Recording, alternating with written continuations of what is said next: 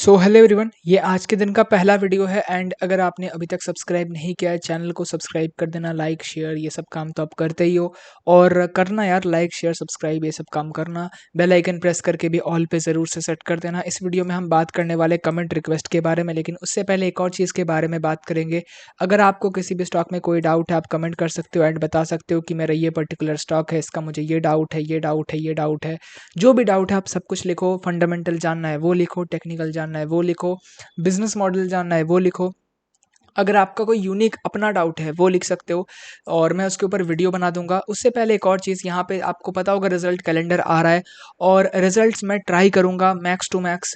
जितने भी कंपनीज मतलब थोड़े से पॉपुलर है उनका मैं रिजल्ट्स कवर करने का ट्राई करूंगा, क्योंकि ऑब्वियसली बहुत कंपनी है, बीएससी पे 4-5 हज़ार कंपनीज लिस्टेड है, तो यार इतना कंपनी को मैं नहीं, मतलब देखो बहुत कंपनीज के रिजल्ट तो वैसे भी वही आते हैं नॉर्मल से। जो कंपनीज बिल्कुल ही बेकार है उसका रिजल्ट तो डिस्कस करके फ़ायदा ही नहीं है। कुछ कंपनी होती है 1 करोड़ 2 करोड़ की, उसके रिजल्ट डिस्कस करके फ़ायदा नहीं है।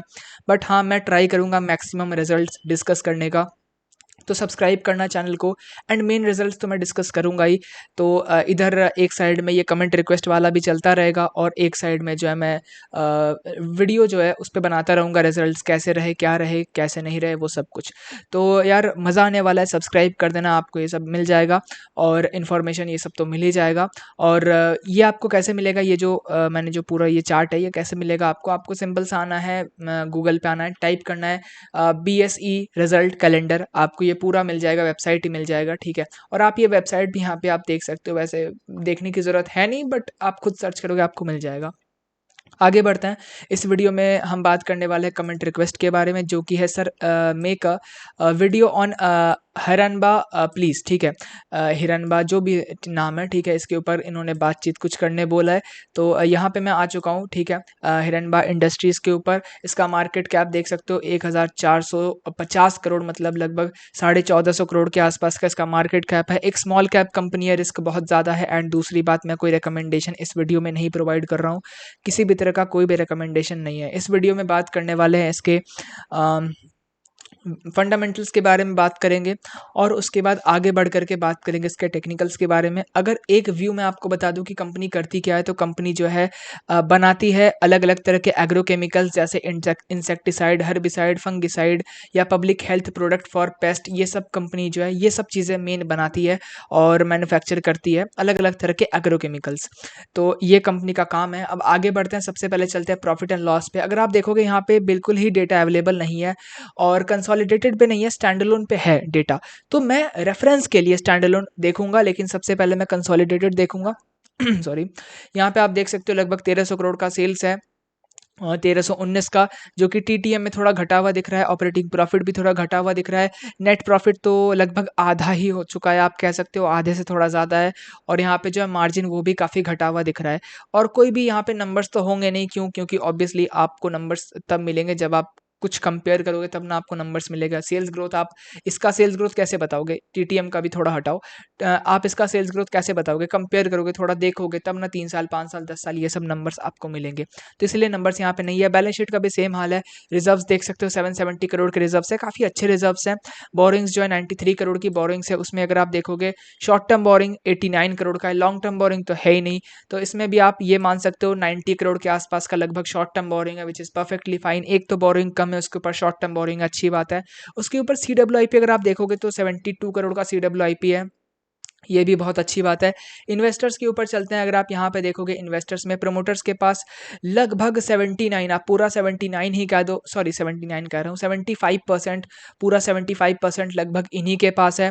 और प्रमोटर्स के पास पहले 74 था, फिर धीरे धीरे इन्होंने बढ़ाया 74.15, फिर 6177, 83, 87, 9094। तो इन्होंने लगातार बाइंग करी है, मतलब 74% था बट इनको लगा कि नहीं 74 नहीं 75 पूरा होना चाहिए, तो इन्होंने 75 तक बाइंग करी है।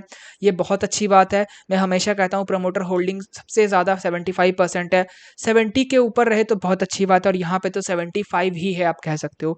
FIIs के पास बिल्कुल होल्डिंग नहीं है, DIS के पास भी बिल्कुल होल्डिंग नहीं है। पहले इनके पास था, इन्होंने सेल कर दिया और अभी जो है पब्लिक के पास बाकी होल्डिंग है। इतने छोटे कंपनीज में मैं FIIs DIS अगर नहीं भी होंगे तो मुझे कोई दिक्कत नहीं है, क्योंकि FIIs DIS जनरली 8000 9000 इसी रेंज में, इसी रेंज के कंपनीज में आते हैं।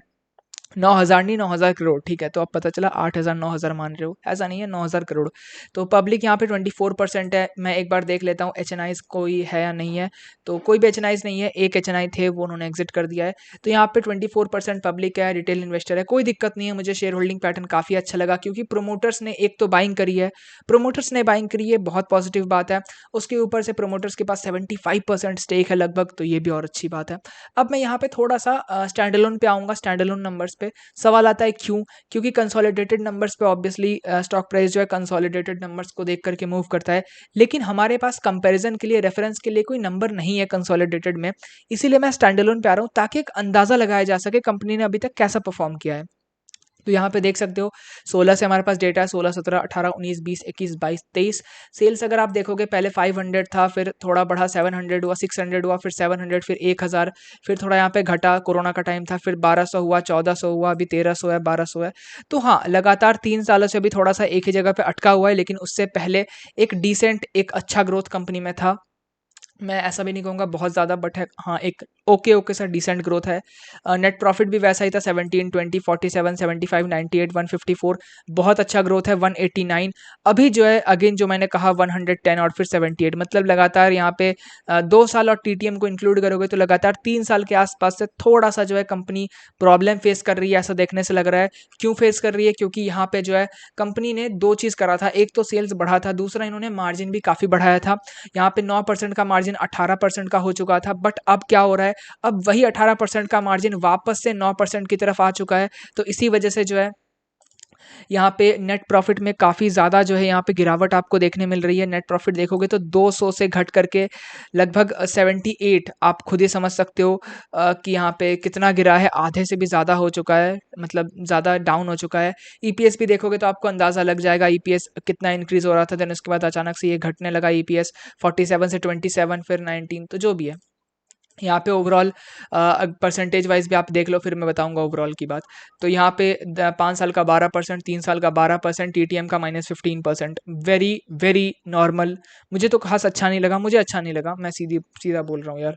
सेल्स ग्रोथ बहुत कम लगा मुझे। क्यों? देखो 12%, ऐसा नहीं है 12% कम है, बट 1400-1500 कंपनीज के लिए, 1400-1500 करोड़ वाली कंपनी के लिए मुझे लगता है 12% इज़ वेरी ईजी, क्यों ईजिली अचीवेबल होता है, और 12% इज़ नॉट मच। बाकी अगर आप प्रॉफिट ग्रोथ देखोगे तो 5 साल का 19% है, 3 साल का 4% है, और टीटीएम का तो -56% है। मैंने बताया अभी कि ये 3 साल से थोड़ा सफ़र कर रहा है, तो इस वजह से प्रॉफिट ग्रोथ भी एक्चुअली अच्छा नहीं है। और उसके साथ आरओई अगर देखोगे, क्योंकि स्टॉक प्राइस सीएजीआर के बारे में हम बात करते नहीं है, अगर आरओई देखोगे तो आरओई भी लगातार घट रहा है और मार्जिन भी घट रहे हैं ऊपर से, इसीलिए आरओई भी घट रहा है। तो यही चीज़ है, तो इन्हीं सब चीज़ों की वजह से आरओई भी मुझे अच्छा नहीं लगा। एंड 27-25% का आरओई डिसेंट था, लेकिन 14% इज़ नॉट गुड। तो ओवरऑल मुझे फ़िलहाल के लिए मैं कहूँ तो मुझे कुछ भी अभी अच्छा नहीं लग रहा है, क्योंकि कहीं ना कहीं कंपनी जो है गिरती हुई मुझे मुझे नज़र आ रही है। बाकी एक बार मैं इन्वेस्टर्स पे अगर आप चाहो तो नज़र मार सकते हो, बैलेंस शीट देख सकते हो, मैंने दिखा भी दिया ऑब्वियसली। तो ये सब तो ठीक है, आगे बढ़ते हैं। एक बार मैं अगर टेक्निकल्स पे आपको दिखाऊं तो एक चीज़ आपको यहाँ पे दिखेगा कि कंपनी लगातार गिर रही है, और मैं हमेशा कहता हूँ शॉर्ट टर्म में तो कंपनी कुछ कर सकती है, ऊपर नीचे जा सकती है।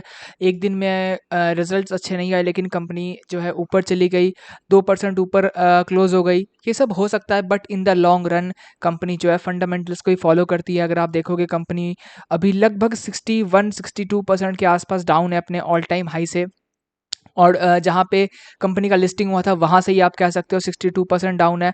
और इसका सबसे ज़्यादा डाउन था 72%, जहाँ से इसने लगभग 10% का रिकवरी दिया है। आई थिंक एक बार मैं देख लेता हूँ कितने परसेंट का रिकवरी है ये। हाँ, अराउंड, सॉरी 10% कह रहा हूँ, 36% का रिकवरी अभी इसने दिया है, और अभी 60% के आसपास जो है कंपनी अभी भी डाउन है। तो मैं हमेशा कहता हूँ जब भी कंपनी 70-60% डाउन हो जाती है, 60% तो फिर भी ठीक है, जब कंपनी 70% डाउन होती है और 70-75% के आसपास डाउन हो जाती है, तो बहुत कम चांसेस होते हैं कंपनी के वापस से वहाँ से रिकवर करने के, बहुत कम चांसेस होते हैं। अगर कंपनी 80% डाउन हो जाती है तो और कम चांसेस होते हैं, 90% डाउन हो जाती है तो लगभग ना के बराबर चांसेस होते हैं। आप चांसेस 80% पे ही छोड़ सकते हो कि कंपनी वहाँ से फिर रिकवर नहीं करेगी। हाँ, 60-70% से कंपनी फिर भी रिकवर कर दी है कभी कभी, बट इस टाइम पे 60-70% डाउन है, तो बहुत ही अच्छे नंबर्स चाहिए, कंसिस्टेंट नंबर्स चाहिए। ऐसा नहीं कि 1 साल 2 साल अच्छे नंबर्स हो गए फिर बात ख़त्म, ऐसा नहीं है। थोड़ा आपको कंसिस्टेंसी भी मेंटेन करना होगा। 25, 26, 30% का ग्रोथ अगर आप दे रहे हो सेल्स ग्रोथ, तो इसको कंटिन्यू रखना होगा। ऐसा नहीं है कि 2 क्वार्टर आपने दिया फिर बंद कर दिया। दूसरी चीज़ अगर आप यहाँ पे देखोगे कि यहाँ पे अब आपको थोड़ा-सा ये रिवर्सल मिलता हुआ दिख रहा होगा, क्योंकि थोड़ा-सा ये जो है अब जो फॉल है वो रुक रहा है। यहाँ पे देखो लगातार हाई एंड लोज का फॉर्मेशन हो रहा है, ठीक है। लगातार जो है लोज वो ऊपर की तरफ शिफ्ट हो रहे हैं, पहला पॉजिटिव पॉइंट। और यहाँ पे फिलहाल कोई ट्रेंड लाइन या वैसा कुछ फॉर्मेशन नहीं हुआ है। इसने रिसेंटली ब्रेक किया था 50 डेज़ के मूविंग एवरेज को, लेकिन उसके बाद 200 डेज से इसको रेजिस्टेंस मिला है और इसने फिर से मतलब पिछले ट्रेडिंग सेशन में, मतलब पिछले के पिछले, ठीक है, ट्रेडिंग डे में इसने जो है ब्रेक डाउन दे दिया 50 डेज़ के मूविंग एवरेज को। तो अब आगे क्या होगा नहीं पता। तो देखो अब ऐसा सिनेरियो में क्या होता है कि आपको अंदाज़ा लगाना होता है कि क्या यहाँ पे जो रिवर्सल है वो आ चुका है। इसका जो आपको अंदाज़ा लगाना होता है, एक आपको देखना होता है, ये चीज़ें देखनी होती है कि यहाँ पे क्या-क्या पॉजिटिव चीज़ें आपको दिख रही है और क्या-क्या नेगेटिव चीज़ें आपको दिख रही है। इस तरह से आपको एक अंदाज़ा लगाना होता है, एक प्रोबेबिलिटी निकालनी होती है, ये सब चीज़ें करना होता है। मैंने पहले भी ये चीज़ बताया हुआ है आपको। जैसे यहाँ पे मैंने एक चीज़ बताया कि यहाँ पे चांसेस आपको देखने होते हैं कि यहाँ पे जो है हायर हाइज़ हायर लोज़ बन रहे हैं, तो ये एक पॉजिटिव बात है। लेकिन यहाँ पे जो है 200 डेज़ की मूविंग एवरेज से रेजिस्टेंस आ रहा है, इसने 50 डेज़ की मूविंग एवरेज को ब्रेक डाउन कर दिया है। ये सब जो होता है नेगेटिव चीज़ें होती है, ठीक है? और इस तरह से आपको देखना है। तो मुझे ऐसा लग रहा है कि यहाँ पे कोई कन्फर्मेशन जो है अभी तक तो मैं तो फिलहाल नहीं देख पा रहा हूँ कोई भी कन्फर्मेशन। कि देखो आप जितना कन्फर्मेशन मांगोगे, मैंने पहले भी ये चीज़ कहा हुआ है, जितना कन्फर्मेशन मांगोगे आप मार्केट से, आपको उसका उतना प्राइस पे करना होगा। अगर आप मांगोगे कि यार मुझे एकदम कन्फर्म चाहिए कि यार यहाँ से अब नीचे नहीं गिरेगा, तो इसका आपको ज़्यादा प्राइस पे करना होगा। हो सकता है जब ये 400 साढ़े 400 पे चला जाए, तो फिर आपको लगे कि हाँ अब ये नीचे नहीं गिरेगा, लेकिन उसके लिए आपको 100 रुपये ज़्यादा भी देना होगा, रिटर्न्स आपको छोड़ना होगा। आप जितना पहले एंटर करोगे, जितना कम आप वेट करोगे, मतलब आप पहले अगर एंटर कर लिया रिस्क ज़्यादा लेकर के, तो आपको ज़्यादा रिटर्न्स मिलेंगे ऑब्वियसली, बट रिस्क भी आपका उतना ही ज़्यादा होगा। तो यही सब चीज़ें हैं और अभी मुझे यहाँ पे कोई भी कन्फर्मेशन फ़िलहाल तो कुछ ख़ास नहीं दिख रहा है। तो अभी मैं होता तो यहाँ पे एंटर नहीं करता। पहली बात तो नो रिकमेंडेशन, कोई रिकमेंडेशन मैं आपको नहीं दे रहा हूँ, मैं अपना ओपिनियन रख रहा हूँ। और दूसरी बात, यहाँ पे मुझे इसके फंडामेंटल्स भी अच्छे नहीं लगे हैं। कुछ फंडामेंटल्स मुझे ऐसे लगे हैं कि फंडामेंटल धीरे-धीरे जो है ख़राब की तरफ जा रहा है। तो इसी वजह से यहाँ पे जो रिवर्सल है, वहाँ पे भी अगर आप देखोगे तो कुछ ख़ास आपको पॉजिटिव साइंस भी नहीं दिख रहे हैं। तो मैं रिकमेंडेशन कुछ नहीं दे रहा हूँ, कोई भी रिकमेंडेशन नहीं है। एंड करते हैं वीडियो को। वीडियो अच्छा लगा लाइक शेयर सब्सक्राइब कर देना। जय Hind and thanks for watching.